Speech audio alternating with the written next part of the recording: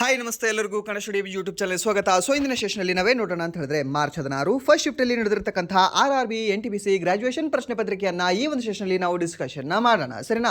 So and next ನಿಮಗೆ ಇನ್ನೊಂದು information ಸಹ ಹೇಳಬೇಕಾಗಿತ್ತು. ಸೊ ಒಂದಲ್ಲ ಒಂದು 2-3 ಇನ್ಫಾರ್ಮೇಷನ್ ಹೇಳಬೇಕಾಗಿತ್ತು.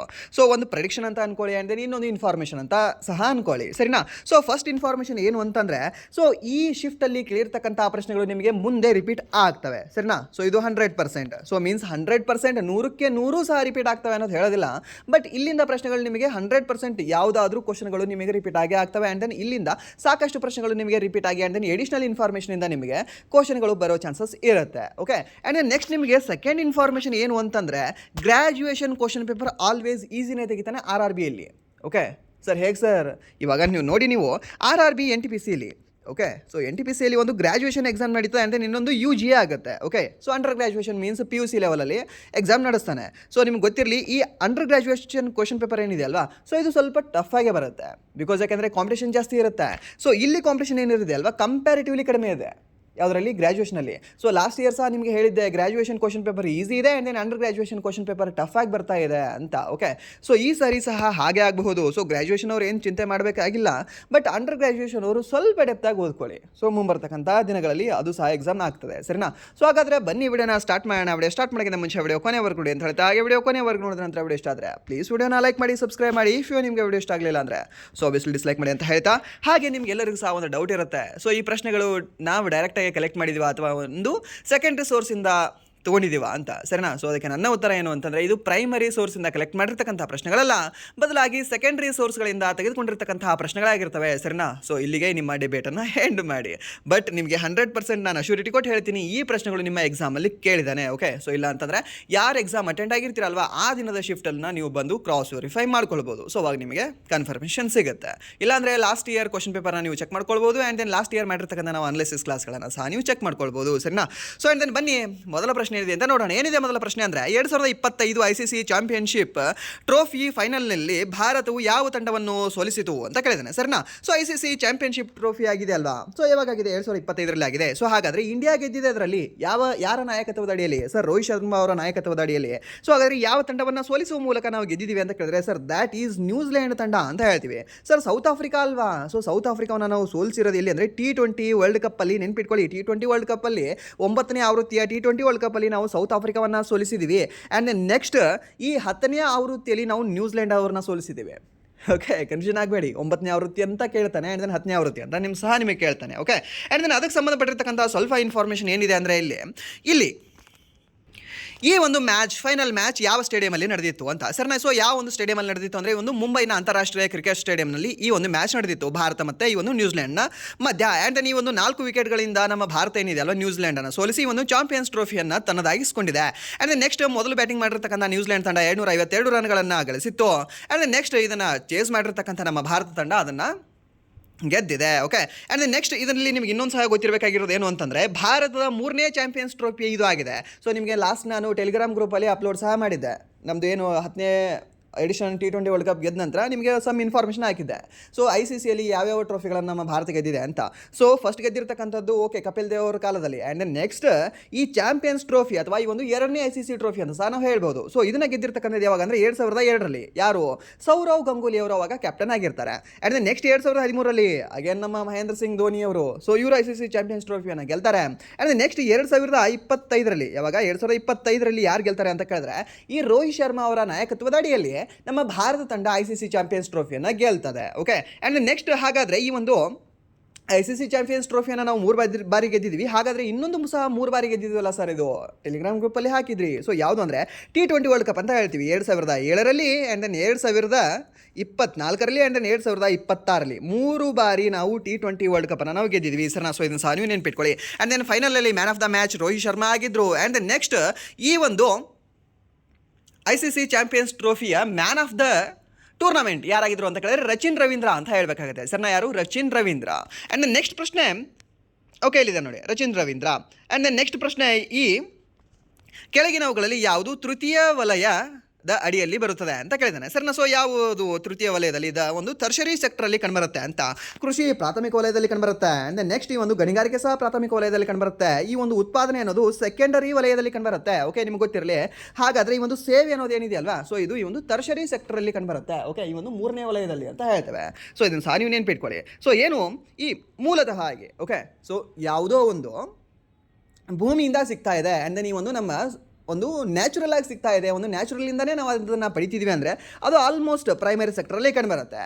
ಕೃಷಿ ಆಗಿರಲಿ, ಮೀನುಗಾರಿಕೆ ಆಗಿರಲಿ, ಆ್ಯಂಡ್ ದೆನ್ ಈ ಒಂದು ಗಣಿಗಾರಿಕೆ ಆಗಿರಲಿ ಸರ್, ಇದು ಪ್ರೈಮರಿ ವಲಯದಲ್ಲಿ. ಆ್ಯಂಡ್ ದೆನ್ ಸೆಕೆಂಡ್ರಿ ವಲಯದಲ್ಲಿ ಏನು ಇಲ್ಲಿ ಸಿಕ್ಕಿರ್ತಕ್ಕಂಥ ಕಚ್ಚಾ ವಸ್ತುಗಳನ್ನು ಬಳಸಿಕೊಂಡು ಅದರಿಂದ ಒಂದು ಯಾವುದೋ ಒಂದು ವಸ್ತುಗಳನ್ನು ರೆಡಿ ಮಾಡ್ತಾರಲ್ವಾ, ಸೊ ಅದು ಸೆಕೆಂಡರಿ ವಲಯದಲ್ಲಿ ಕಂಡುಬರುತ್ತೆ. ಹಾಗಾದರೆ ಟರ್ಷರಿ ಸೆಕ್ಟರಲ್ಲಿ ಏನು ಕಂಡುಬರುತ್ತೆ ಸರ್? ಸೊ ಇವರೇನು ಹೇಳ್ತಾರೆ, ಕಾಲ್ ಮಾಡಿ, ನಿಮಗೆ ಲೋನ್ ಬೇಕಾ, ನೀವು ಲೋನ್ ತೊಗೊಳ್ತೀರಾ. ಸೊ ಮೀನ್ಸ್ ಜಸ್ಟ್ ಅವ್ರು ಏನು ಸಹ ಕೊಡೋದಿಲ್ಲ ನಿಮಗೆ, ಜಸ್ಟ್ ಅವರಲ್ಲಿರ್ತಕ್ಕಂಥ ಜ್ಞಾನವನ್ನು ನಿಮಗೆ ಹಂಚ್ತಾರೆ. ಇವಾಗ ನಾನು ನಿಮಗೆ ಕ್ಲಾಸ್ ಹೇಳ್ತಾ ಇದ್ದೀನಿ, ಸೊ ಹಾಗಾದರೆ ನಾನು ಯಾವ ವಲಯದಲ್ಲಿ ಬರ್ತೀನಿ, ಮೀನ್ಸ್ ಈ ಒಂದು ಶಿಕ್ಷಕ ವೃತ್ತಿ ಅನ್ನೋದು ಯಾವ ಒಂದು ವಲಯದಲ್ಲಿ ಕಂಡುಬರುತ್ತೆ ಅಂತ. ಯಾವ ವಲಯದಲ್ಲಿ ನಾನು ಇವಾಗ ಏನಾದರೂ ನಿಮಗೆ ಫಿಸಿಕಲ್ ಆಗಿ ಕೈಯಲ್ಲಿ ತಂದು ಕೊಟ್ಟು ತಗೋಪ್ಪ ಇದು ಪೆನ್ ಅಂತ ನಿಮ್ಗೆ ಕೊಡ್ತಿದ್ದೀನಾ? ಕೊಡ್ತಿಲ್ಲ. ಸೊ ಪೆನ್ ನಿಮ್ಗೆ ಏನಾದರೂ ಕೊಟ್ಟಿದ್ದೆ ಅಂದರೆ ನಾನು ಸೆಕೆಂಡ್ರಿ ವಲಯದಲ್ಲಿ ಬರ್ತಾ ಇದ್ದೆ. ಓಕೆ, ಯಾಕೆಂದರೆ ನಾನು ಪ್ರಾಡಕ್ಟ್ನ ಮ್ಯಾನುಫ್ಯಾಕ್ಚರ್ ಮಾಡಿ ನಿಮಗೆ ಮಾರಾಟ ಮಾಡ್ತಿದ್ದೆ. ಸೊ ಇಲ್ಲ, ಸೊ ನಾನೇನು ಕೊಡ್ತಾ ಇದ್ದೀನಿ, ನನ್ನಲ್ಲಿರ್ತಕ್ಕಂಥ ಜ್ಞಾನವನ್ನು ನಿಮಗೆ ಹಂಚ್ತಾ ಇದ್ದೀನಿ. ಸೊ ಜಸ್ಟ್ ಮೀನ್ಸ್ ನನ್ನ ಒಂದು ಜ್ಞಾನವನ್ನೇ ನಾನು ಬಂಡವಾಳ ಮಾಡ್ಕೊಂಡಿದ್ದೀನಿ ಅಂತಂದರೆ ಸೊ ನಾನು ಇದರಲ್ಲಿ ಬರ್ತಾನೆ ಅಂತ ಕೇಳಿದ್ರೆ ಈ ಒಂದು ಟರ್ಷರಿ ಸೆಕ್ಟರಲ್ಲಿ ನಾನು ಬರ್ತೇನೆ ಸರಿನಾ. ಸೊ ಆ್ಯಂಡ್ ದೆನ್ ಕಂಡಕ್ಟರ್ ಆಗಿರಲಿ, ಡ್ರೈವರ್ ಆಗಿರಲಿ, ಆ್ಯಂಡ್ ದೆನ್ ಈ ಗೌರ್ಮೆಂಟ್ನ ಆಲ್ಮೋಸ್ಟ್ ಎಂಪ್ಲಾಯಿಗಳಾಗಿರಲಿ, ಎಲ್ಲ ಎಂಪ್ಲಾಯಿಗಳು. ಓಕೆ, ಸೊ ಅವರೆಲ್ಲರೂ ಸಹ ನಿಮ್ಗೆ ಎಲ್ಲಿ ಬರ್ತಾರೆ ಅಂದರೆ ಈ ಒಂದು ಟರ್ಷರಿ ಸೆಕ್ಟರಲ್ಲಿ ಬರ್ತಾರೆ. ಸೊ ಇದು ಸಹ ನಿಮ್ಗೆ ಗೊತ್ತಿರಲಿ. ಓಕೆ, ಆ್ಯಂಡ್ ದೆನ್ ನೆಕ್ಸ್ಟ್ ಈ ಒಂದು ಬ್ಯಾಂಕ್ಗಳು ಇದರಲ್ಲಿ ಬರ್ತವೆ, ಟರ್ಷರಿ ಸೆಕ್ಟರಲ್ಲಿ ಬರ್ತವೆ. ಸರ್ ಅವರು ಹಣವನ್ನು ಕೊಡ್ತಾರಲ್ಲ ಸರ್, ಬಟ್ ಕಂಪ್ಯಾರಿಟಿವ್ಲಿ ಅವರ ಒಂದು ಬುದ್ಧಿಯಿಂದನೇ ಅವರು ಅದನ್ನು ಹ್ಯಾಂಡಲ್ ಮಾಡ್ತಾ ಇರ್ತಾರೆ. ಓಕೆ, ಸೊ ಇದು ಸಹ ನಿಮ್ಗೆ ಗೊತ್ತಿರಲಿ.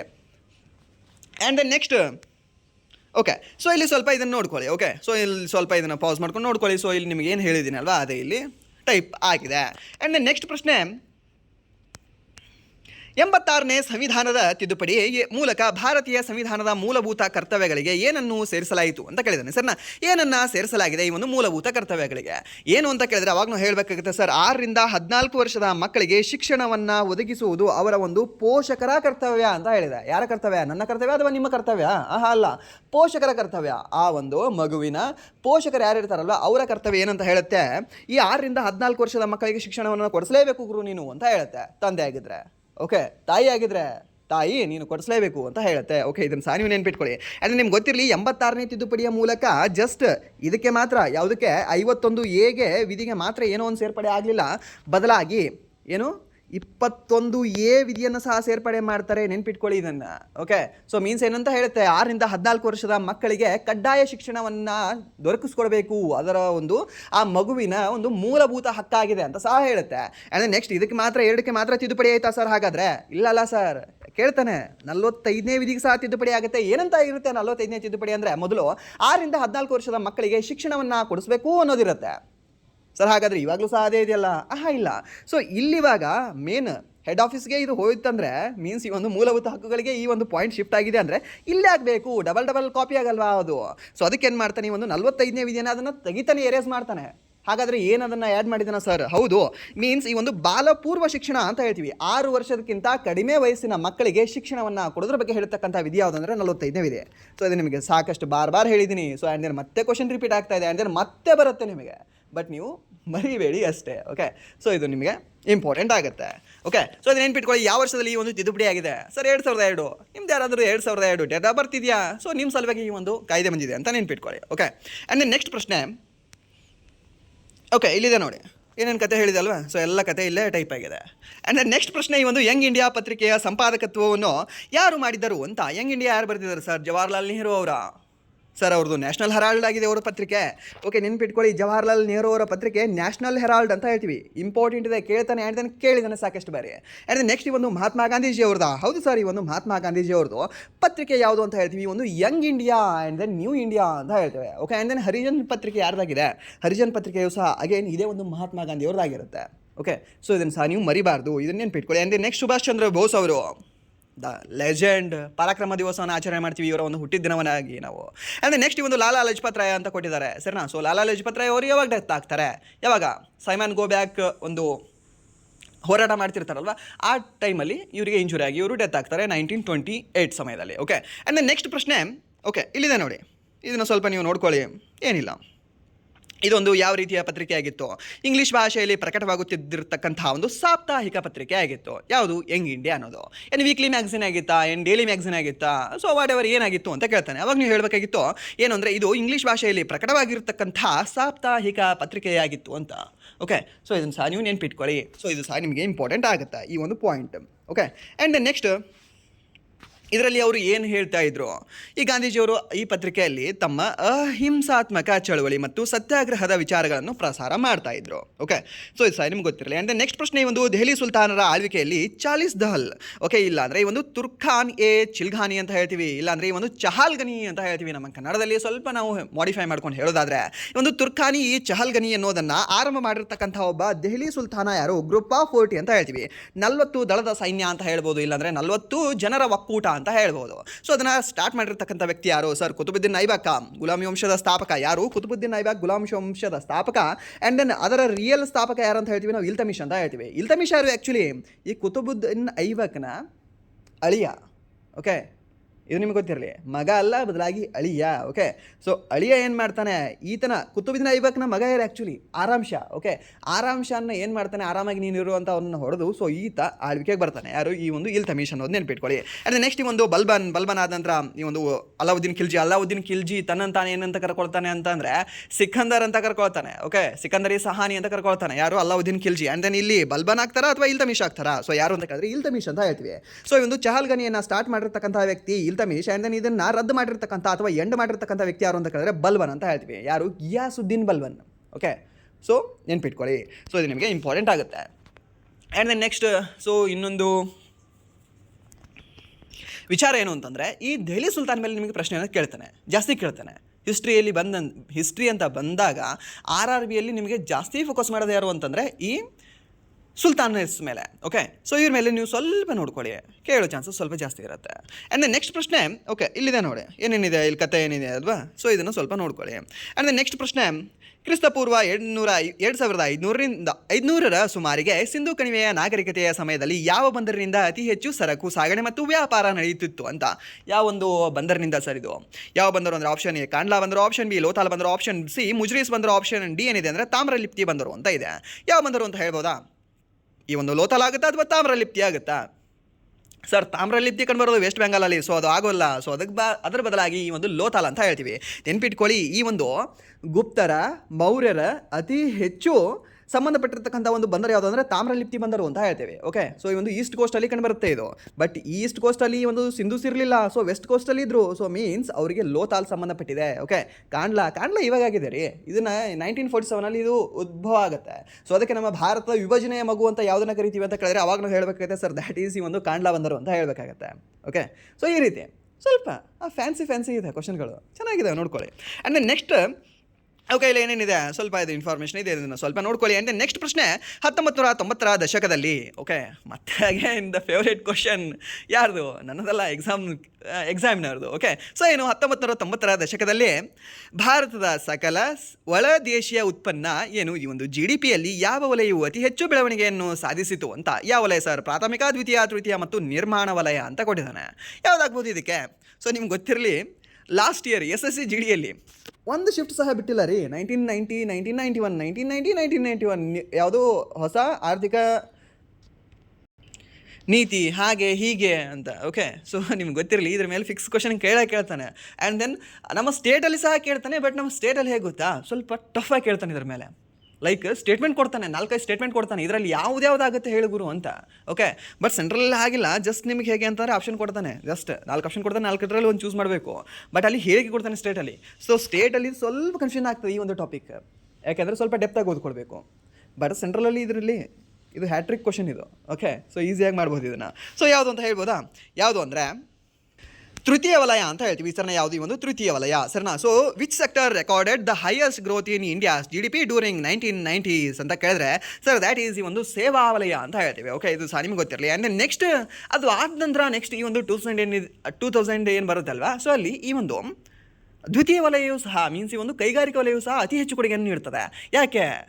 ಲಿಬರಲೈಸೇಷನ್ ಮಾಡಿರ್ತಾರೆ. ಸೊ ಫ್ಯಾಕ್ಟ್ರಿಗಳು ಬರ್ತವೆ ನಮ್ಮ ದೇಶಕ್ಕೆ. ಫ್ಯಾಕ್ಟ್ರಿಗಳು ಮೀನ್ಸ್ ಈಗ ಒಂದು ಕಂಪ್ನಿಗಳು, MNCಗಳು ವಾಟ್ ಎವರ್ ನಾವು ಹೇಳ್ತೀವಲ್ವಾ, ದ ಕೋರ್ ಕಂಪ್ನೀಸ್ಗಳಾಗಿರಲಿ, ಸೊ ಎಲ್ಲ ಪ್ರೊಡಕ್ಷನ್ ಕಂಪ್ನಿಗಳು ನಮ್ಮ ಭಾರತಕ್ಕೆ ಬರ್ತವೆ. ಓಕೆ, ಸೊ ಅದೇ ಸಮಯದಲ್ಲಿ ಬಂದಿರತಕ್ಕಂಥ ಒಂದು ದೊಡ್ಡ ಕಂಪ್ನಿ ಯಾವುದು ಅಂತ ಕೇಳಿದ್ರೆ ಇದು ಹೇಳ್ತೀವಿ, ಯಾವುದು ಜಪಾನ್ನ ಕಂಪ್ನಿ ಟೊಯೋಟಾ ಕಂಪ್ನಿ. ಓಕೆ, ಅದು ಸಹ ನಮ್ಮ ಭಾರತಕ್ಕೆ, ಎಸ್ಪೆಷಲಿ ನಮ್ಮ ಕರ್ನಾಟಕಕ್ಕೆ ಬಂದಿರೋದು ಅದೇ ಸಮಯದಲ್ಲಿ. ಓಕೆ, ಸೊ ಅವ್ರು ಯಾರ ಜೊತೆ ಮರ್ಜ್ ಆಗಿದ್ದಾರೆ ಅಂತ ಸಹ ಕೇಳ್ತಾನೆ ಯಾವುದೋ ಎಕ್ಸಾಮಲ್ಲಿ. ಯಾರ ಜೊತೆ ಅಂದರೆ ಕಿರ್ಲೋಸ್ಕರ್ ಕಂಪ್ನಿ ಜೊತೆ ಮರ್ಜ್ ಆಗ್ತಾರೆ. ಕಿರ್ಲೋಸ್ಕರ್ ಕಂಪ್ನಿಯಲ್ಲಿ ಕಂಡುಬರುತ್ತೆ, ಕಿರ್ಲೋಸ್ಕರ್ ಕಂಪ್ನಿ ಕಂಡುಬರುತ್ತೆ ನಿಮಗೆ ಪುಣೆಯಲ್ಲಿ ಕಂಡುಬರುತ್ತೆ. ಆ ಪುಣೆಯಲ್ಲಿ ಕಂಡುಬರ್ತಕ್ಕಂಥ ಒಂದು ಕಿರ್ಲೋಸ್ಕರ್ ಕಂಪ್ನಿಯ ಜೊತೆಗೆ ಮರ್ಜ್ ಆಗಿರ್ತಕ್ಕಂಥ ಒಂದು ಕಂಪ್ನಿ ಯಾವುದು ಅಂದರೆ ಟೊಯೋಟಾ ಅಂತ ಹೇಳ್ತೀವಿ. ಸೊ ಅದಕ್ಕಾಗಿ ಒಂದು ಟೊಯೋಟಾ ಆ್ಯಂಡ್ ದೆನ್ ಕಿರ್ಲೋಸ್ಕರ್ ಸೇರಿ ಟೊಯೋಟಾ ಕಿರ್ಲೋಸ್ಕರ್ ಮೋಟರ್ ಅಂತ ಆರಂಭ ಮಾಡ್ತಾರೆ ಈ ಒಂದು ಬೆಂಗಳೂರಿನ ಬಿಡದಿಯಲ್ಲಿ. ಅಲ್ಲಿ ಇವಾಗ ಕರೆಂಟ್ಲಿ ನೀವು ಹೇಳ್ತಿರಲ್ಲ ಫಾರ್ಚುನರ್, ಲೆಜೆಂಡ್ರ್, ಅದು ಆಯಿತು ಇದು ಆಯಿತು ಅಂತ, ಸರಿನಾ? ಸೊ ಅದೆಲ್ಲ ಪ್ರೊಡಕ್ಷನ್ ಆಗೋದು ಅದೇ ಒಂದು ಸೆಂಟ್ರಲ್ಲಿ ನೋಡಿ, ಎಲ್ಲಂದರೆ ಒಂದು ಟೊಯೋಟಾ ಕಿರ್ಲೋಸ್ಕರ್ ಮೋಟ್ರ್ TKM ಅಂತ ಹೇಳ್ತಾರೆ ಅದಕ್ಕೆ. ಓಕೆ, ಇನ್ ಬೆಂಗಳೂರಲ್ಲಿ ಭಾಳ ಫೇಮಸ್ ಇದೆ. ಓಕೆ, ಆ್ಯಂಡ್ ನೆಕ್ಸ್ಟ್ ಪ್ರಶ್ನೆ. ಓಕೆ, ಇದನ್ನು ಸ್ವಲ್ಪ ನೋಡ್ಕೊಳ್ಳಿ. ಆ್ಯಂಡ್ ನೆಕ್ಸ್ಟ್, ಈ ಒಂದು ಭಾರತೀಯ ಸಂವಿಧಾನದ ಯಾವ ಅನುಚ್ಛೇದದಲ್ಲಿ ಪುರುಷರು ಮತ್ತು ಮಹಿಳೆಯರಿಗೆ ಸಮಾನ ಕೆಲಸಕ್ಕೆ ಸಮಾನ ವೇತನದ ವ್ಯವಸ್ಥೆ ಇದೆ ಅಂತ? ಯಾವುದರಲ್ಲಿ ಸರ್? 39 ಎ ಇದೆಯಾ? ಹೌದು, 39 ಎ. 39 ಡಿ ವಿಧಿಯಲ್ಲಿ ಕಂಡುಬರುತ್ತೆ. ಓಕೆ, ಸೊ ಇದನ್ನು ನೆನ್ಪಿಟ್ಕೊಳ್ಳಿ, ಯಾವುದು 39 ಡಿ. ಆ್ಯಂಡ್ ನೆಕ್ಸ್ಟ್ ಈ ಒಂದು 41, 42 ಅಂತ ಕೊಟ್ಟಿದ್ದಾನೆ, ಇದನ್ನು ಸಹ ನೀವು ನೋಡ್ಕೊಳ್ಳಿ. ಆ್ಯಂಡ್ ನೆಕ್ಸ್ಟ್ ಪ್ರಶ್ನೆ. ಓಕೆ, ಇಲ್ಲಿದೆ ನೋಡಿ, ಏನು 39 ಏನಂತ ಹೇಳುತ್ತೆ, 41 ಏನಂತ ಹೇಳುತ್ತೆ, ಆ್ಯಂಡ್ ಈ ಒಂದು 42 ಏನಂತ ಹೇಳುತ್ತೆ ಅಂತ. ಓಕೆ, ಸೊ ಇಲ್ಲಿ 42ನ ಸಾಕಷ್ಟು ಸರಿ ಕೇಳ್ತಾನೆ. ಏನು ಅಂತಂದರೆ, ಈ ಒಂದು ಪ್ರಸೂತಿ ನೆರವನ್ನು ಒದಗಿಸಲು ನಿರ್ದೇಶಿಸತಕ್ಕಂತಹ ಒಂದು ಅನುಸೂಚಿ ಯಾವುದು ಅಂತ, ಅನುಚ್ಛೇದ ಯಾವುದು ಅಂತ. ಓಕೆ, ಯಾವುದು ಅಂದರೆ ಒಂದು 42ನೇ ಅನುಚ್ಛೇದ ಅಂತ ಹೇಳ್ತೀವಿ. ಓಕೆ, ಮೀನ್ಸ್ ಇವಾಗ ಪ್ರೆಗ್ನೆಂಟ್ ಇರ್ತಕ್ಕಂಥ ಲೇಡಿಗಳಿಗೆ ಡೆಲಿವರಿ ಟೈಮಲ್ಲಿ ಅಂತ, ಸೊ ಅವರಿಗೆ ಇದು ರಜೆ ಕೊಡ್ತಾರೆ ಗೊತ್ತಾ? ಸೊ ಆ ರಜೆಗೆ ಏನಂತ ಹೇಳ್ತಾರೆ? ಮೆಟರ್ನಿಟಿ ರಜೆ ಅಂತ ಹೇಳ್ತಾರಾ? ಓಕೆ, ಸೊ ಆ ಒಂದು ರಜೆ ಬಗ್ಗೆ ಎಲ್ಲ ಹೇಳ್ತಕ್ಕಂಥ ವಿಧಿನೇ ಯಾವುದು ಅಂದರೆ 42ನೇ ವಿಧಿ. ಓಕೆ, ಇದು ಸಹ ನಿಮ್ಗೆ ಗೊತ್ತಿರಲಿ. ಆ್ಯಂಡ್ ನೆಕ್ಸ್ಟ್ ಈ ಒಂದು 41 ಏನಂತ ಹೇಳುತ್ತೆ?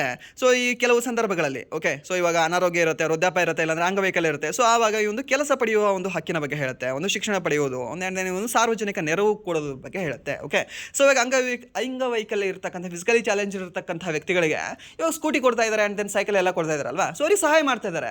ಸೊ ಯಾವ ವಿಧಿಯಲ್ಲಿ ಇದನ್ನು ಹೇಳಿದೆ ಅಂತ? 41ನೇ ವಿಧಿಯಲ್ಲಿ ಹೇಳಿದೆ. ಸೊ ನಿನ್ನ ಹತ್ರ ಸ್ವಲ್ಪ ಸರ್ಕಾರದ ಹತ್ರ ನಿನಗೆ ಸ್ವಲ್ಪ ಅವೈಲಬಿಲಿಟಿ ಇತ್ತಾ? ಸೊ ನೀನು ಕೊಡು ಅಂತ ಹೇಳುತ್ತೆ. ಕೊಡಲೇಬೇಕು ಅಂತ ರೂಲ್ಸ್ ಇಲ್ಲ, ಬಟ್ ಕೊಡು ಅಂತ ಸಹ ಹೇಳುತ್ತೆ. ಓಕೆ, ಅದಕ್ಕೆ ಇದನ್ನು ನಾವು ರಾಜನೀತಿ ನಿರ್ದೇಶಕ ತತ್ವಗಳು ಅಂತ ಹೇಳ್ತೀವಿ. ನಿರ್ದೇಶನ ಮಾಡುತ್ತೆ ಹೊರತು ಸೊ ನಿನಗೆ ಆರ್ಡ್ರೇ ಮಾಡಲ್ಲ ಇದು. ಓಕೆ, ಸೊ ನಿಮ್ಗೆ ಗೊತ್ತಿರಲಿ, ಮಾರ್ಗದರ್ಶನ ಮಾತ್ರ ಕೊಡುತ್ತೆ ಇದು.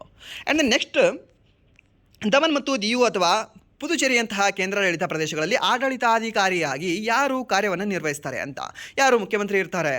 ದಮನ್ ಮತ್ತು ದಿಯು ಆ್ಯಂಡ್ ದೆನ್ ಪುದುಚೇರಿ ಅಂತ ಕೇಂದ್ರಾಡಳಿತ ಪ್ರದೇಶಗಳಲ್ಲಿ ಆಡಳಿತಾಧಿಕಾರಿಯಾಗಿ ಯಾರು ಕಾರ್ಯನಿರ್ವಹಿಸ್ತಾರೆ?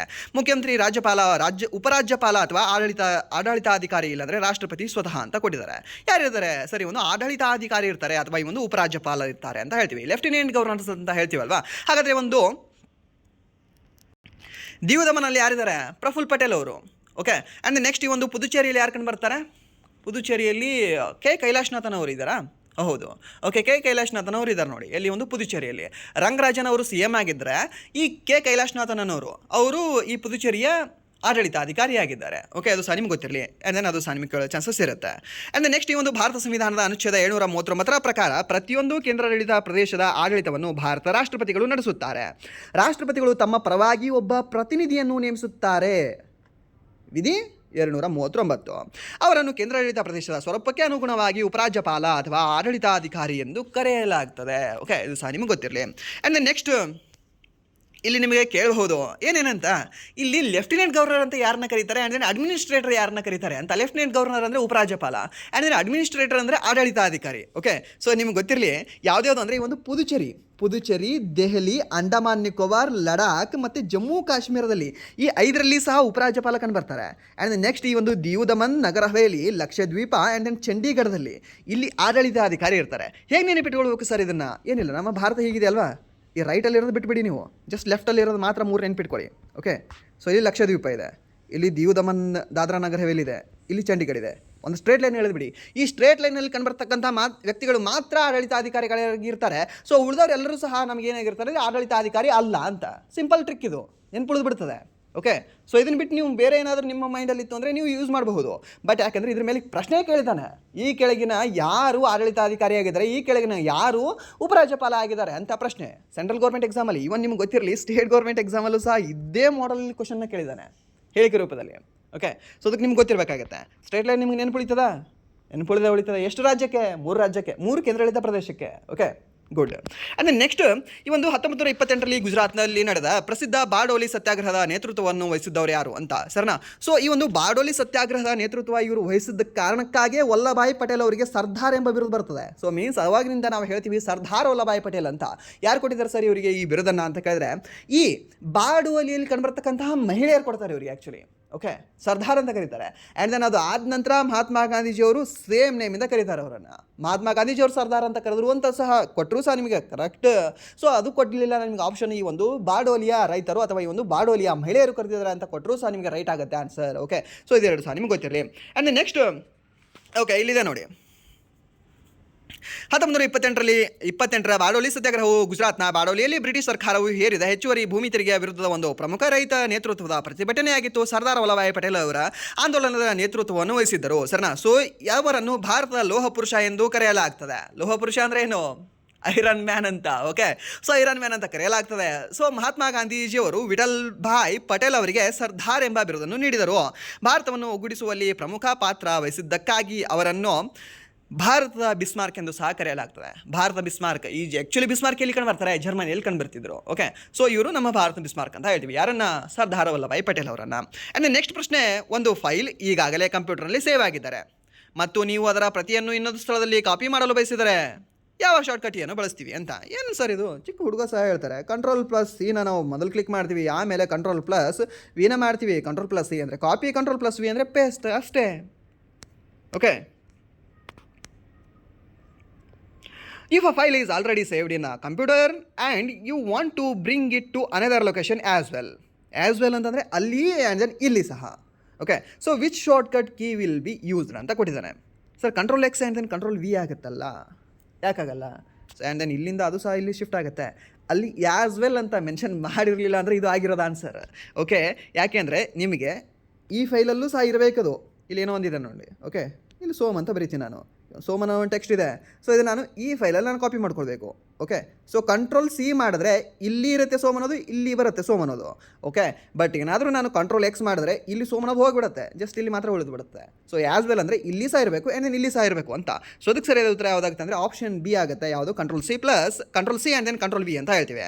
ಓಕೆ, ಆ್ಯಂಡ್ ದೆನ್ Ctrl+S ಅಂದರೆ ಏನು? ಸೇವ್ ಅಂತ ಹೇಳ್ತೀವಿ. Ctrl+A ಅಂದರೆ ಏನು? ಕಂಟ್ರೋಲ್ ಆಲ್ ಅಂತ ಅದರ ಅರ್ಥ. ಓಕೆ, ಎಲ್ಲವನ್ನು ಸಹ ಸೆಲೆಕ್ಟ್ ಮಾಡ್ಕೊಳ್ತದೆ. ಆ್ಯಂಡ್ ದೆನ್ Ctrl+Z ಅಂದರೆ ಏನು ಸರ್? ಅದು ಅಂಡೋ ಅಂತ ಹೇಳ್ತೀವಿ. Ctrl+Y ಅಂದರೆ ಅದು ರೆಡೋ ಅಂತ ಹೇಳ್ತೀವಿ. ಓಕೆ, ಅಂಡೋ ಮತ್ತು ರೆಡೋ ಅಂತ ನಿಮ್ಗೆ ಗೊತ್ತಿರಲಿ. ಆ್ಯಂಡ್ ನೆಕ್ಸ್ಟ್ ಓಕೆ, ಇದನ್ನು ಸ್ವಲ್ಪ ನೋಡ್ಕೊಳ್ಳಿ. ಸೊ ಈ ಒಂದು ಶಾರ್ಟ್ ಕೀ ಮೇಲೆ ನಿಮಗೆ ಪ್ರಶ್ನೆನ ಕೇಳ್ತಾನೆ, ಫಿಕ್ಸ್ ಕೇಳ್ತಾನೆ NTPC ಎಕ್ಸಾಮಲ್ಲಿ. ಆ್ಯಂಡ್ ನೆಕ್ಸ್ಟ್ ನಿಮ್ಗೆ ಇನ್ನೊಂದು ಫಿಕ್ಸ್ ಇವಾಗಲೇ ಹೇಳ ಒಂದು ಕ್ವಶನ್ ಕೇಳ್ತಾನೆ. ರೀಸೈಕಲ್ ಬಿನ್ಗೆ ಹೋಗದೆ ಡೈರೆಕ್ಟಾಗಿ ಆಟೋಮೆಟಿಕ್ ಡಿಲೀಟ್ ಆಗಲು ಯಾವ ಶಾರ್ಟ್ ಕೀಯನ್ನು ನಾವು ಬಳಸಬೇಕು ಅಂತ. ರೀಸೈಕಲ್ ಬಿನ್ಗೆ ಹೋಗಬಾರ್ದು. ರೀಸೈಕಲ್ ಬಿನ್ಗೆ ಹೋಗಬೇಕು ಅಂದರೆ ಜಸ್ಟ್ ನಾವು ಡಿಲೀಟ್ ಹೊಡೆದ್ರೆ ರೀಸೈಕಲ್ ಬಿನ್ಗೆ ಹೋಗ್ತದೆ. ಬಟ್ ಯಾವ ಶಾರ್ಟ್ ಕೀನ ನಾವು ಬಳಸಿದ್ರೆ ರೀಸೈಕಲ್ ಬಿನ್ಗೆ ಹೋಗಲ್ಲ ಅಂತ. ಯಾವ ಶಾರ್ಟ್ ಕೀ ಅಂದರೆ Shift+Delete ಅಂತ ಹೇಳ್ತೀವಿ. ಯಾವುದು? Shift+Delete ಅಂತ ಹೇಳ್ತೀವಿ. ಓಕೆ, ಒಂದು Shift+Delete ನಾವು ಕ್ಲಿಕ್ ಮಾಡಿದ್ರೆ ಏನಾಗುತ್ತೆ? ಅದು ಆಟೋಮೆಟಿಕ್ ಕಂಪ್ಲೀಟ್ ಡಿಲೀಟ್ ಆಗಿಬಿಡುತ್ತೆ. ರೀಸೈಕಲ್ ಬಿನ್ ಹೋಗೋದಿಲ್ಲ. ಬಟ್ ಅದಕ್ಕಿಂತ ಮುಂಚೆ ಒಂದು ಇದನ್ನು ಬರುತ್ತೆ, ಏನಂತ ಹೇಳ್ತೀವಿ, ನೋಟ್ ಬರುತ್ತೆ. ನಾನು ಡಿಲೀಟ್ ಮಾಡ್ಬೋದಾ, ಎಂಟ್ರ್ ಕೊಡಿ ಇನ್ನೊಂದು ಸರಿ ಅಂತ. ಸೊ ಈ Shift+D ಹೊಡೆದ ನಂತರ ಸಹ ನಾವು ಏನು ಮಾಡಬೇಕಾಗತ್ತೆ? ಎಂಟ್ರ್ ಕೊಡಬೇಕಾಗತ್ತೆ. ಓಕೆ, ಇದು ಸಹ ನಿಮ್ಗೆ ಗೊತ್ತಿರಲಿ. ಆ್ಯಂಡ್ ನೆಕ್ಸ್ಟ್ ಓಕೆ, ಇದನ್ನು ನೋಡ್ಕೊಳ್ತೀರಾ? ಇದನ್ನು ಸ್ವಲ್ಪ ನೋಡ್ಕೊಳ್ಳಿ. ಏನಿಲ್ಲ, ನಾ ಇಷ್ಟೊತ್ತು ಏನು ಹೇಳಿದೆ ಅಲ್ವಾ ಕತೆ ಅದೇ ಇದೆ ಅಷ್ಟೇ. ಆ್ಯಂಡ್ ದೆನ್ ನೆಕ್ಸ್ಟ್ ಓಕೆ, ಆ ಸಂಸತ್ತಿನ 2 ಸದನಗಳಿಂದ ಮಸೂದೆ ಅಂಗೀಕಾರವಾದ ನಂತರ ಅದನ್ನು ಕಾನೂನಾಗಿ ಮಾಡಲು ಅಂತಿಮ ಒಪ್ಪಿಗೆ ಸಹಿ ಯಾರು ನೀಡುತ್ತಾರೆ ಅಂತ. ಎರಡು ಸದನಗಳು ಬಿಲ್ ಅಂಗೀಕಾರವಾದ ನಂತರ ಈ ಒಂದು ಕಾನೂನಾಗಿ ಮಾಡಲು ಅಂತಿಮ ಸಹಿ ಯಾರು ಬೇಕಾಗ್ತದೆ ಸರ್? ರಾಷ್ಟ್ರಪತಿ ಬೇಕಾಗ್ತದಲ್ವಾ? ಹೌದು, ರಾಷ್ಟ್ರಪತಿ ಬೇಕಾಗ್ತದೆ. ಸಿಂಪಲ್ ಕ್ವಶನ್ ಇದು. ಅದನ್ನು ಭಾರತ ಸಂವಿಧಾನದ ಅನುಚ್ಛೇದದ 111ರ ಪ್ರಕಾರ ಏನು? 111. ಓಕೆ, 111 ಮೀನ್ಸ್ ಫ್ಯಾನ್ಸಿ ನಂಬರ್, ನೆನ್ಕೊಳ್ಳೇಬೇಕು ನಿಮಗೆ. ಇದರ ಪ್ರಕಾರ ಒಂದು ಮಸೂದೆಯು ಲೋಕಸಭೆ ಮತ್ತು ರಾಜ್ಯಸಭೆಯಿಂದ ಅಂಗೀಕಾರವಾದ ನಂತರ ಅದನ್ನು ರಾಷ್ಟ್ರಪತಿಗಳ ಬಳಿಗೆ ಕಳಿಸಲಾಗ್ತದೆ. ರಾಷ್ಟ್ರಪತಿಗಳು ಅದಕ್ಕೆ ಸಹಿ ಹಾಕಿದಾಗ ಆಗ ಅದು ಮಸೂದೆಯಿಂದ ಅಧಿನಿಯಮ ಅಥವಾ ಒಂದು ಕಾನೂನಾಗಿ ಪರಿಣಮಿಸುತ್ತದೆ. ಓಕೆ, ಸೊ ರಾಷ್ಟ್ರಪತಿಗಳಿಗೆ ಮಸೂದೆಯನ್ನು ಮರುಕಳಿಸುವ, ಪುನಃ ಪರಿಶೀಲನೆಗಾಗಿ ಅಥವಾ ತಡೆ ಹಿಡಿಯುವ ಅಧಿಕಾರಗಳು ಸಹ ಇದ್ದಾವೆ ಅಂತ ಹೇಳುತ್ತೆ. ಓಕೆ, ಸೊ ಇದು ಸಹ ನಿಮ್ಗೆ ಗೊತ್ತಿರಲಿ. ಆ್ಯಂಡ್ ನೆಕ್ಸ್ಟ್ ಪ್ರಶ್ನೆ, ಮಾರ್ಚ್ 31, 2020 ಸ್ಥಿತಿಯ ಪ್ರಕಾರ ಭಾರತದ ರೈಲ್ವೆಯ ಮಾರ್ಗದ ಒಟ್ಟು ಉದ್ದ ಎಷ್ಟಿತ್ತು ಅಂತ ಕೇಳಿದಾನೆ. ಎಷ್ಟು ಉದ್ದ ಇತ್ತು ಸರ್ ಇದು? 67,956 ಕಿಲೋಮೀಟರ್ ಆಗಿತ್ತಾ? ಹೌದು, 67,956 ಕಿಲೋಮೀಟರ್ ಆಗಿತ್ತು. ಆ್ಯಂಡ್ ನೆಕ್ಸ್ಟ್ ನಿಮಗೆ ಮೊನ್ನೆ ಒಂದು ಡೈಲಿ ಕರೆಂಟ್ ಅಫೇರ್ಸ್ ಕ್ಲಾಸಲ್ಲಿ ಹೇಳಿದೆ, ಪ್ರಸ್ತುತ ನಮ್ಮ ಭಾರತದ ಮೆಟ್ರೋನ ಉದ್ದ ಎಷ್ಟಿದೆ ಅಂತ ಹೇಳ್ಬೋದಾ? ಕಮೆಂಟ್ ಮಾಡಿ ನೋಡುವ. ಅದಕ್ಕೆ ಎಷ್ಟು ಉದ್ದ ಕಂಡುಬರುತ್ತೆ ಮೆಟ್ರೋನ ರೈಲು ಹಳಿ ನಮ್ಮ ಭಾರತದಲ್ಲಿ ಪ್ರಸ್ತುತ? ಕೇಳ್ತಾನೆ ನೋಡಿ, ಅದು ಸಹ ಪ್ರಶ್ನೆ. ಸೊ ಇದು ಕೇಳಿದಾನೆ ಅಂದರೆ ಅದೇ ಕೇಳಲ್ಲ ಅಂತ. ಓಕೆ, ಎರಡು ಸಹ ರೈಲು ಹಳಿಗಳೇ ಅಲ್ಲ, ಇದು ರೈಲಿಂದು, ಅದು ಮೆಟ್ರೋದು ಅಷ್ಟೇ. ಸೊ ಅದನ್ನು ಕೇಳ್ತಾನೆ, ಅದನ್ನು ಸಹ ನೀವು ಕಾಮೆಂಟ್ ಮಾಡಿ. Okay, so daily current first ಕ್ಲಾಸ್ನ ಯಾರು ಕೇಳ್ತಿರಲ್ವ ಆ ಸ್ಟೂಡೆಂಟ್ಗಳು ಇದಕ್ಕೆ ಸರಿಯಾದ ಉತ್ತರ ಕಮೆಂಟ್ ಮಾಡಿ. ಓಕೆ, 1000 1095 1085 ಎಷ್ಟಾ ಅಂತ. ಓಕೆ, ಆ್ಯಂಡ್ ನೆಕ್ಸ್ಟ್ ಈ ಒಂದು ಭಾರತೀಯ ರೈಲ್ವೆಯ ವಾರ್ಷಿಕ ಅಂಕಿಅಂಶಗಳ ಸಾರಾಂಶ. 2019-20 ಪ್ರಕಾರ ಮಾರ್ಚ್ 31, 2026 ಭಾರತದಲ್ಲಿ ಒಟ್ಟು ಉದ್ದ ಎಷ್ಟಿದೆ ಅಂದರೆ 67,956 ಕಿಲೋಮೀಟರ್ ಆಗಿತ್ತು. ಸೊ ಇದರಲ್ಲಿ ಬ್ರಾಡ್ ಗೇಜ್, ಮೀಟರ್ ಗೇಜ್ ಮತ್ತು ನ್ಯಾರೋ ಗೇಜ್ 3 ಸಹ ಸೇರಿದ್ದಾವೆ. ಸೊ ಒಟ್ಟು ರನ್ನಿಂಗ್ ಟ್ರ್ಯಾಕ್ ಉದ್ದದ ಬಗ್ಗೆ ಮಾತನಾಡಿದರೆ ಅದು ಸರಿಸುಮಾರು 99,735 ಕಿಲೋಮೀಟರ್ ಆಗಿದೆ. ಒಟ್ಟು ಪಟ್ಟಿಗಳ ಉದ್ದ ಟೋಟಲ್ ಟ್ರ್ಯಾಕ್ ಗೇಜ್ ಸುಮಾರು 1,26,366 ಕಿಲೋಮೀಟರ್ ಆಗಿದೆ. ಓಕೆ, ಸೊ ರನ್ನಿಂಗ್ ಟ್ರ್ಯಾಕೇ ಬೇರೆ, ಆ್ಯಂಡ್ ದೆನ್ ನೀವೊಂದು ಟೋಟಲ್ ಟ್ರ್ಯಾಕೇಜೇ ಬೇರೆ, ಆ್ಯಂಡ್ ದೆನ್ ನೆಕ್ಸ್ಟ್ ನಿಮ್ಗೆ ಗೊತ್ತಿರಲಿ ಈ ಟೋಟಲ್ ಉದ್ದವೇ ಬೇರೆ. ಓಕೆ, ಸೊ ಅದೇ ಎಷ್ಟಾಗಿದೆ ಅಂದರೆ 1,26,366 ಕಿಲೋಮೀಟರ್ ಆಗಿತ್ತು. ಓಕೆ, ಆ್ಯಂಡ್ ದೆನ್ ನಮ್ಮ ಭಾರತ ಏನಿದೆ ಅಲ್ವ 4ನೇ ಅತಿ ದೊಡ್ಡ ರೈಲು ಜಾಲವಾಗಿದೆ. ಸೊ ಇದು ಸಹ ನಿಮ್ಗೆ ಗೊತ್ತಿರಲಿ. ಆ್ಯಂಡ್ ದೆನ್ ನೆಕ್ಸ್ಟ್ ಅತಿ ದೊಡ್ಡ ರೈಲು ಜಾಲವನ್ನು ಹೊಂದಿರತಕ್ಕಂಥ ನಮ್ಮ ಭಾರತ ರಾಜ್ಯ ಯಾವುದು ಅಂದರೆ sir that is Uttar Pradesh. As usual common answer. And next ಪ್ರಶ್ನೆ, ಪ್ರಾಚೀನ ದಕ್ಷಿಣ ಭಾರತೀಯ ಸಂಗಮ ಸಾಹಿತ್ಯದಲ್ಲಿ ಮುಖ್ಯವಾಗಿ ಯಾವ ಭಾಷೆಯಿಂದ ಬರೆಯಲ್ಪಟ್ಟಿತ್ತು? Sir Tamil sir. ನಮ್ಮ ಭಾರತ ಅತ್ಯಂತ ಹಳೆಯ ಭಾಷೆ ತಮಿಳು ಅಂತ ಹೇಳ್ತೀವಿ ನಾವು. ಓಕೆ ಸರ್, ಇಲ್ಲ ಸರ್ ನಮ್ಮ ಕನ್ನಡ ಅಂತ ಹೇಳ್ಬೋದು.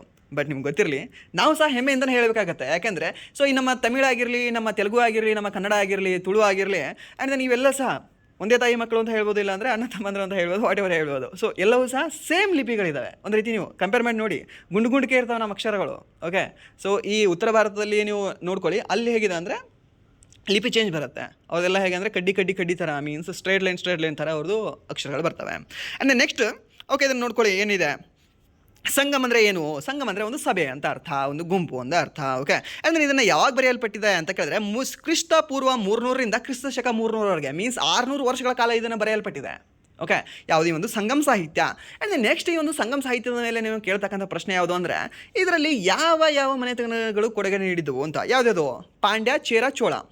ಯಾವುದ್ಯಾವುದು? ಪಾಂಡ್ಯ, ಚೇರ, ಚೋಳ, ಪಲ್ಲವ ಇಲ್ಲ ಮತ್ತೆ. ಓಕೆ, ಆ್ಯಂಡ್ ನೆಕ್ಸ್ಟ್ ಈ ಕೆಳಗಿನ ದೇಶಗಳಲ್ಲಿ ಯಾವ ದೇಶವು ಚೀನಾಕ್ಕೆ ಹೋಲಿಸಿದರೆ ಭಾರತದೊಂದಿಗೆ ಅತಿ ಹೆಚ್ಚು ದೀರ್ಘವಾದ ಭೂಗಡಿಯನ್ನು ಹೊಂದಿದೆ ಅಂತ. ಬಾಂಗ್ಲಾದೇಶ ಸರ್ ಇದು. And then next Bangladesh totally 4,096 kilometer ಹೊಂದಿದೆ ನಮ್ಮ ದೇಶದ ಜೊತೆ ಗಡಿ. ಅಂದರೆ ನೀವೊಂದು ಚೀನಾ 3,488 ಕಿಲೋಮೀಟರ್ ಹೊಂದಿದೆ. ಆ್ಯಂಡ್ ದೆನ್ ಥರ್ಡ್ ಹೈಯೆಸ್ಟ್ ಯಾರು ಅಂದರೆ ಈ ಒಂದು ಪಾಕಿಸ್ತಾನದವರು. ಓಕೆ, ಇದು ಸಹ ನಿಮ್ಗೆ ಗೊತ್ತಿರಲಿ. ಆ್ಯಂಡ್ ದೆನ್ 5 ರಾಜ್ಯಗಳ ಜೊತೆ ಗಡಿಯನ್ನು ಹಂಚಿಕೊಂಡಿರ್ತಕ್ಕಂಥ ಒಂದು ದೇಶ ಯಾವುದು ಅಂದರೆ ಒಂದು ಬಾಂಗ್ಲಾದೇಶ ಅಂತ ಹೇಳ್ತೀವಿ. ಯಾವ ರಾಜ್ಯಗಳು? ಪಶ್ಚಿಮ ಬಂಗಾಳ, ಮೇಘಾಲಯ, ಮಿಜೋರಾಂ, ತ್ರಿಪುರ ಮತ್ತು ಅಸ್ಸಾಂ ಅಂತ ಹೇಳ್ತೀವಿ. ಸೊ ಅದು ನಿಮಗೆ ಕೇಳೋಂಥ ಪ್ರಶ್ನೆ ಸ್ವಲ್ಪ ಇರುತ್ತೆ. ಆ್ಯಂಡ್ ದೆನ್ ನೆಕ್ಸ್ಟ್ ನಿಮಗೆ ಇನ್ನೊಂದು ಸಹ ಗೊತ್ತಿರಲಿ, ಒಂದು 4,096 ಕಿಲೋಮೀಟರ್ ಏನಿದೆ ಅಲ್ವಾ, ಇದು ವಿಶ್ವದ 5ನೇ ಅತಿ ಉದ್ದವಾದ ಭೂಗಡಿಯನ್ನು ಎಂದು ಪರಿಗಣಿಸಲ್ಪಡ್ತದೆ. ಮೊದಲನೇದು ಯಾವುದು ಸರ್? ಕೆನಡಾ ಆ್ಯಂಡ್ ಅಮೇರಿಕದ್ದು. ಓಕೆ, ಅದು ಸಹ ನಿಮ್ಗೆ ಗೊತ್ತಿರಲಿ. ಆ್ಯಂಡ್ ದೆನ್ ನೆಕ್ಸ್ಟ್ ಇಲ್ಲಿದೆ ನೋಡಿ, ಎಲ್ಲ ಸಹ ಕರೆಕ್ಟ್ ಡೀಟೇಲ್ಡ್ ಇನ್ಫಾರ್ಮೇಷನ್ ಇದೆ. ಸೊ ಇಲ್ಲಿ 15,700 ಕಿಲೋಮೀಟರ್ ಇದೆ, ಅದು ಒಟ್ಟು ಭೂಗಡಿಯ ಉದ್ದ. ಆ್ಯಂಡ್ ದೆನ್ ನೆಕ್ಸ್ಟ್ ಇದರದ್ದು ಜಲಗಡಿಯ ಉದ್ದ 11,000 ಸಮಥಿಂಗ್ ಆಗಿದೆ ಇವಾಗ. ಓಕೆ ಸರ್, 7,700 ಅದೆಲ್ಲ ಸಹ ಇಲ್ಲ. ಸೊ 11,000 ಪ್ಲಸ್ ಆಗಿದೆ. ಅದನ್ನೊಂದು ಸರಿ ನೀವು ನೋಡ್ಕೊಳ್ಳಿ. ಇಲ್ಲಾಂದರೆ ಅದರದ್ದು ಟೆಲಿಗ್ರಾಮ್ ಗ್ರೂಪಲ್ಲಿ ನಾನು ಆಲ್ರೆಡಿ ಅಪ್ಲೋಡ್ ಮಾಡಿದ್ದೀನಿ, ಅದನ್ನು ಅಲ್ಲಿ ಸಹ ನೀವು ನೋಡ್ಕೊಳ್ಬೋದು. ಓಕೆ, ಆ್ಯಂಡ್ ದೆನ್ ನೆಕ್ಸ್ಟ್ ಇಲ್ಲಿದೆ ನೋಡಿ, ಅತಿ ಹೈಯೆಸ್ಟ್ ಯಾವುದು ಅಂದರೆ ಈ ಒಂದು ಬಾಂಗ್ಲಾದೇಶದ್ದು, ಅತಿ ಕಡಿಮೆ ಯಾವುದು ಅಂದರೆ ಈ ಒಂದು ಅಫ್ಘಾನಿಸ್ತಾನ ದೇಶದ್ದು. ಅಂದರೆ ನಿಮಗೆ ಇಲ್ಲಿ ಸೀರಿಯಲ್ ವೈಸಾಗಿ ಗೊತ್ತಿರಬೇಕಾಗುತ್ತೆ. ಟಾಪ್ ಯಾರು, ಸೆಕೆಂಡ್ ಯಾರು, ಥರ್ಡ್ ಯಾರು, ಫೋರ್ತ್ ಯಾರು, ಫಿಫ್ತ್ ಯಾರು, ಸಿಕ್ಸ್ತ್ ಯಾರು, ಸೆವೆಂತ್ ಯಾರು ಅಂತ. ಆ್ಯಂಡ್ ದೆನ್ ನೆಕ್ಸ್ಟ್ ಯಾವುದನ್ನು ಅಲಾವುದ್ದೀನ್ ಖಿಲ್ಜಿ ಅವರು ಜಾರಿಗೆ ತಂದಿದ್ದರು ಅಂತ. ಯಾವುದು ಅಂದರೆ ಈ ಒಂದು ಮಾರುಕಟ್ಟೆ ನಿಯಂತ್ರಣ ನೀತಿ ಅಂತ ಹೇಳ್ತೇವೆ. ಓಕೆ, ಇದು ಸಹ ನಿಮ್ಗೆ ಗೊತ್ತಿರಲಿ. ಇಲ್ಲಿ ಶಹಾನೆಯ ಮಂಡಿ ಅನ್ನೋದನ್ನು ಯಾರು ತಂದಿರ್ತಾರೆ ಅಂದರೆ ಇವರೇ, ಯಾರು? ಅಲಾವುದ್ದೀನ್ ಖಿಲ್ಜಿ. ಈತನ ಏನು ಅಂದರೆ ಸಿಕಂದರೇ ಸಾನಿ ಅಂತ ಕರ್ಕೊಳ್ತಾನೆ ತನ್ನಂತಾನೆ. ಓಕೆ, ಸೊ ನಾನೇ ಎರಡನೇ ಅಲೆಕ್ಸಾಂಡರ್ ಅಂತ ಕರ್ಕೊಳ್ತಾನೆ. ಯಾರು? ಇದೇ ವ್ಯಕ್ತಿ. ಆ್ಯಂಡ್ ನೆಕ್ಸ್ಟ್ ಈ ಇಕ್ತಾ ಪದ್ಧತಿ ತಂದಿರ್ತಾನೆ ಗೊತ್ತಾ ಇಲ್ತಮಿಶ್. ಆ ಇಕ್ತಾ ಪದ್ಧತಿಯನ್ನು ರದ್ದತಿ ಮಾಡಿರ್ತಕ್ಕಂಥ ವ್ಯಕ್ತಿ ಯಾರು ಅಂದರೆ ಈ ಅಲಾವುದ್ದೀನ್ ಖಿಲ್ಜಿ. ಓಕೆ, ನಿಮಗೆ ಚಹಾಲ್ಗನಿ ರದ್ದತಿ ಮಾಡಿರ್ತಕ್ಕಂಥ ವ್ಯಕ್ತಿ ಯಾರು? ಬಲ್ಬನ್. ಓಕೆ, ಬಟ್ ಇಕ್ತಾ ಪದ್ಧತಿಯನ್ನು ರದ್ದತಿ ಮಾಡಿರ್ತಕ್ಕಂಥ ವ್ಯಕ್ತಿ ಯಾರು ಅಂದರೆ ಅಲಾವುದ್ದೀನ್ ಖಿಲ್ಜಿ. ಕನ್ಫ್ಯೂಷನ್ ಆಗಬೇಡಿ, ಇದಕ್ಕೆ ಕನ್ಫ್ಯೂಷನ್ ಆಗ್ತಿರ ಇದನ್ನು ಸಾಕಷ್ಟು ಜನ. ಓಕೆ, ಸೊ ಅದು ಎಲ್ಲಿಯ ಗುಲಾಮಿ ವಂಶ, ಎಲ್ಲಿದು ಖಿಲ್ಜಿ ವಂಶ ಅಂತ. ಯಾಕೆ ಈ ಒಂದು ಗುಲಾಮಿ ಫಸ್ಟ್ ಬರುತ್ತೆ, ಆ್ಯಂಡ್ ದೆನ್ ಖಿಲ್ಜಿ ಸೆಕೆಂಡ್ ಬರುತ್ತಲ್ವಾ 1290ರಿಂದ. ಸೊ ಇವ್ರದೇ ಇಲ್ಲಿ ಸಾಕಷ್ಟು ಕಾಪಿ ಪೇಸ್ಟ್ ಆಗಿರ್ತವೆ. ಸೊ ಅದರಲ್ಲಿರ್ತಕ್ಕಂಥ ಒಂದು ಪದ್ಧತಿ ಯಾವುದು ಅಂದರೆ ಇಕ್ತಾ ಪದ್ಧತಿ. ಅದನ್ನು ರದ್ದತಿ ಮಾಡಿರ್ತಕ್ಕಂಥ ವ್ಯಕ್ತಿ ಯಾರು ಅಂತ ಕೇಳಿದ್ರೆ ಈ ಒಂದು ಅಲಾವುದ್ದೀನ್ ಖಿಲ್ಜಿ. ಓಕೆ, ಸೊ ಇದನ್ನು ಸಹ ನೀವು ನೆನಪಿಟ್ಕೊಳ್ಳಿ. ಆ್ಯಂಡ್ ದೆನ್ ನೆಕ್ಸ್ಟ್ ಪ್ರಶ್ನೆ, ಈ ಒಂದು ಸಮ್ಮರ್ ಸೋಲ್ಸ್ಟೈ ಯಾವಾಗ ಎಲ್ಲಿ ಸಂಭವಿಸ್ತದೆ ಜೂನ್ 21. ಮೊನ್ನೆ ನಿಮಗೆ ಕಾಮಿಡಿಯಲ್ಲೇ ಹೇಳ್ತಾ ಇದೆಯಲ್ಲ, ಜೂನ್ 21ಕ್ಕೆ ನಾವು ಯೋಗ ದಿನ ಮಾಡ್ತೀವಿ. ಸೊ ಅದಕ್ಕೆ ನಮಗೆ ಜಾಸ್ತಿ ಬಿಸಿಲು ಬೇಕಾಗುತ್ತೆ, ಮೀನ್ಸ್ ಜಾಸ್ತಿ ಬೆಳಕು ಬೇಕಾಗುತ್ತೆ ನಮ್ಮ ಉತ್ತರ ಒಂದು ಧ್ರುವದಲ್ಲಿ, ಮೀನ್ಸ್ ಈ ಒಂದು ಉತ್ತರ ಗೋಳಾರ್ಧದಲ್ಲಿ. ಸೊ ಅದಕ್ಕೆ ಜಾಸ್ತಿ ಇದ್ರೇನೋ ಹಗಲಿರುತ್ತೆ ಅಂತ. ಅದೇ ನೋಡಿ, ಉತ್ತರ ಗೋಳಾರ್ಧದಲ್ಲಿ ಆಗುತ್ತೆ ಯಾವುದು ಜೂನ್ 21ಕ್ಕೆ. ಅದೇ ನಿಮಗೆ ಡಿಸೆಂಬರ್ 22 ಅಂತ ಕೇಳಿದ್ರೆ ದಕ್ಷಿಣ ಗೋಳಾರ್ಧದಲ್ಲಿ ಅತಿ ಹೆಚ್ಚು ಈ ಒಂದು ಬಿಸಿಲು ಬೀಳುತ್ತೆ. ಓಕೆ, ಆ್ಯಂಡ್ ನೆಕ್ಸ್ಟ್ ಈ ಮಾರ್ಚ್ 21 ಮತ್ತು ಈ ಒಂದು ಸೆಪ್ಟೆಂಬರ್ 23 ಅಂತ ಕೇಳಿದ್ರೆ ಅದು ಸಮಭಾಜಕ ವೃತ್ತದ ಮೇಲೆ ಅತಿ ಹೆಚ್ಚು ಬಿಸಿಲು ಬೀಳುತ್ತದೆ ಅಷ್ಟೇ. ಓಕೆ, ಆ್ಯಂಡ್ ನೆಕ್ಸ್ಟ್ ಈ ಕ್ಯಾಟ್, ಓಕೆ, ಕೇಂದ್ರೀಯ ಆಡಳಿತಾತ್ಮಕ ನ್ಯಾಯಮಂಡಳಿ, ಸೆಂಟ್ರಲ್ ಅಡ್ಮಿನಿಸ್ಟ್ರೇಟಿವ್ ಟ್ರಿಬ್ಯುನಲ್ ಅನ್ನು ಯಾವ ಅಧಿನಿಯಮದ ಅಡಿಯಲ್ಲಿ ಸ್ಥಾಪಿಸಲಾಯಿತು ಅಂತ. ಯಾವ ಅಧಿನಿಯಮ ಅಡಿಯಲ್ಲಿ ಅಂದರೆ ಒಂದು ಪ್ರಶಾಸನಕ ನ್ಯಾಯಮಂಡಳಿ ಅಧಿನಿಯಮ 1985 ಅಂತ ಹೇಳ್ತೀವಿ ಸರ್ನಾ. ಸೊ ಇದು ಜಸ್ಟ್ ಏನಿಲ್ಲ, ಸಿಂಪಲ್ ಇದನ್ನು ನೆನ್ಪಿಟ್ಕೊಳ್ಳಿ, ಕೇಳ್ತಾನೆ ಇದನ್ನು, ಇಂಪಾರ್ಟೆಂಟ್ ಇದೆ. ಆ್ಯಂಡ್ ದೆನ್ ಇದು ಯಾವ ಒಂದು ವಿಧಿಯ ಅಡಿಯಲ್ಲಿ ಅಂದರೆ 323A. ಆ್ಯಂಡ್ ದೆನ್ ಯಾವ ಒಂದು ಭಾಗ ಅಂತ ಕೇಳಿದ್ರೆ 14A ಭಾಗ.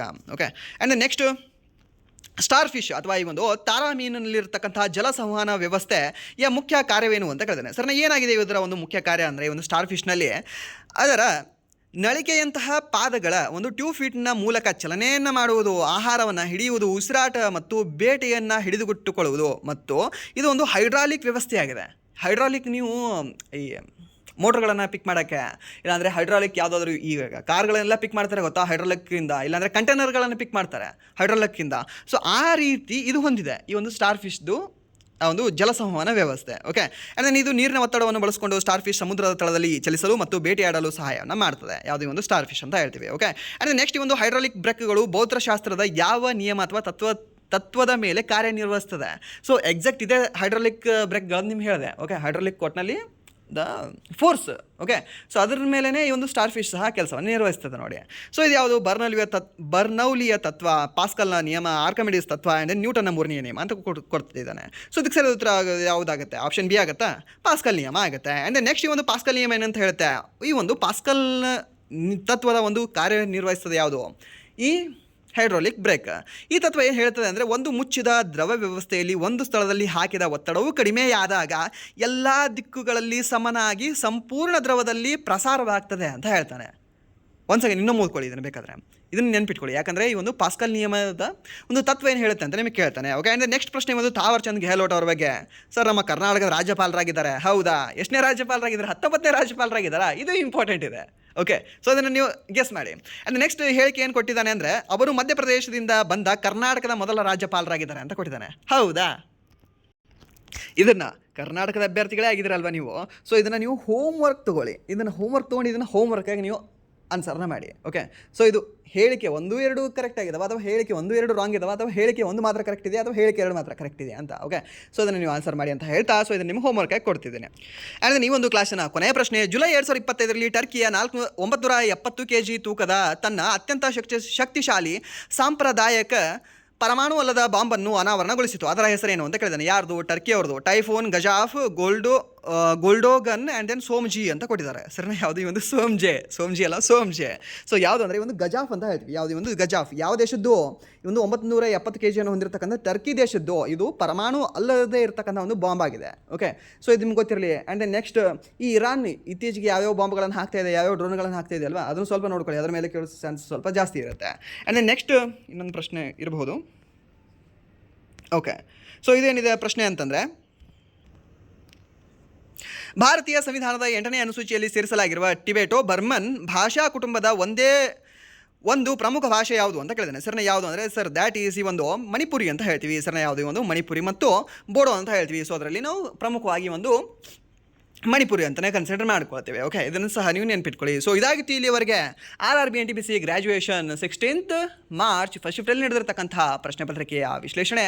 ಸೊ ಇಲ್ಲಿವರೆಗೂ ವಿಡಿಯೋ ನೋಡೋದಕ್ಕಾಗಿ ಫಸ್ಟ್ ಆಫ್ ಆಲ್ ಧನ್ಯವಾದಗಳು. ಆ್ಯಂಡ್ ಇಲ್ಲಿವರೆಗೂ ವಿಡಿಯೋ ನೋಡಿ ನಿಮಗೆ ಏನಾದರೂ ವಿಡಿಯೋ ಇಷ್ಟ ಆಗಿದ್ರೆ ಪ್ಲೀಸ್ ವಿಡಿಯೋನ ಲೈಕ್ ಮಾಡಿ, ಸಬ್ಸ್ಕ್ರೈಬ್ ಮಾಡಿ. ಇಫ್ ನಿಮಗೆ ವಿಡಿಯೋ ಇಷ್ಟ ಆಗಲಿಲ್ಲ ಅಂದರೆ ಸೊ ಡಿಸ್ಲೈಕ್ ಮಾಡಿ ಅಂತ ಹೇಳ್ತಾ, ಹಾಗೆ ನೀವು ಏನಾದರೂ ಲೈಕ್ ಮಾಡಿ ಸಬ್ಸ್ಕ್ರೈಬ್ ಮಾಡಿದರೆ ಪ್ಲೀಸ್ ನಿಮ್ಮ ಫ್ರೆಂಡ್ಸ್ಗೂ ಸಹ ಶೇರ್ ಮಾಡಿ. ಆ್ಯಂಡ್ ದೆನ್ ನೆಕ್ಸ್ಟ್ ಹೊಸ ಅಸ್ಪಿರೆಂಟ್ಸ್ಗಳು ಯಾರಾದರೂ ಕ್ಲಾಸ್ ಕೇಳ್ತಾ ಇದ್ದರೆ ಪ್ಲೀಸ್ ನೀವು ನಮ್ಮ ಕರೆಂಟ್ ಅಫೇರ್ಸ್ ಕ್ಲಾಸ್ಗಳನ್ನು, GK ಕ್ಲಾಸ್ಗಳನ್ನು ಒಂದ್ಸರಿ ನೀವು ಪ್ಲೇಲಿಸ್ಟಲ್ಲಿ ಹೋಗಿ ಚೆಕ್ ಮಾಡ್ಕೊಂಡು ನೋಡ್ಕೊಳ್ಳಿ. ಅಲ್ಲಿಂದ ನಿಮಗೆ ಸಾಕಷ್ಟು ಪ್ರಶ್ನೆಗಳು ರಿಪೀಟ್ ಆಗ್ತಾ ಇದ್ದಾವೆ. ಓಕೆ, ಸಾಕಷ್ಟು ಪ್ರಶ್ನೆಗಳು ರಿಪೀಟ್ ಆಗ್ತಾ ಇದ್ದಾವೆ. ಆ್ಯಂಡ್ ದೆನ್ ಜಸ್ಟ್ ಎಸ್ಟರ್ಡೇ ಏನು ಎಕ್ಸಾಮ್ ಬರೆದು ಬಂದ್ರಲ್ವ ಹುಡುಗರು, ಸೊ ಅವರು ಸಹ ಸಾಕಷ್ಟು ಜನ ಮೆಸೇಜ್ ಹಾಕಿದ್ರು. ಓಕೆ ಸರ್, ಮೀನ್ಸ್ ಕ್ಲಾಸಿಂದ ಇದನ್ನು ಬಂದಿದ್ದಾವೆ, ಟೆಲಿಗ್ರಾಮಲ್ಲಿ ಹಾಕಿದ್ದಾರೆ. ಆ್ಯಂಡ್ ದೆನ್ ಕೆಲವೊಬ್ಬರು ಕಾಮೆಂಟಲ್ಲಿ ಸಹ ಹಾಕಿದ್ದಾರೆ. ಸೊ ಒಬ್ರದ್ದು ಕಾಮೆಂಟ್ ಫಸ್ಟ್ ಬಂದಿತ್ತು, ಸೊ ಅದನ್ನು ನಾನು ಸ್ಕ್ರೀನ್ಶಾಟ್ ತೆಗೆದು ಇವನ್ ಟೆಲಿಗ್ರಾಮ್ ಗ್ರೂಪಲ್ಲಿ ಸಹ ಹಾಕಿದ್ದೆ. ಆ್ಯಂಡ್ ದೆನ್ ನೆಕ್ಸ್ಟ್ ಸಾಕಷ್ಟು ಜನ ಹೇಳಿದ್ದಾರೆ. ಓಕೆ, ಸೊ ಇದಾದ ನಂತರ ಸಹ ಹೇಳ್ತಾರೆ. ಸೊ ಅದನ್ನು ನೀವೇ ಚೆಕ್ ಮಾಡ್ಕೊಳ್ಳಿ. ಓಕೆ, ಸೊ ಒಟ್ಟಲ್ಲಿ ಏನು ಅಂತಂದರೆ ಪ್ಲೇಲಿಸ್ಟನ್ನು ಚೆಕ್ ಮಾಡ್ಕೊಂಡು ಹೋಗಿ ಒಂದ್ಸರಿ. ಸೊ ನಿಮಗೆ ಖಂಡಿತವಾಗ್ಲೂ ಸಹ ಉಪಯೋಗ ಆಗುತ್ತೆ. ಸೊ ಇಷ್ಟು ಹೇಳ್ತಾ ವಿಡಿಯೋನ ಇಲ್ಲಿಗೆ ಎಂಡ್ ಮಾಡ್ತಿದ್ದೀನಿ. Once again thank you so much.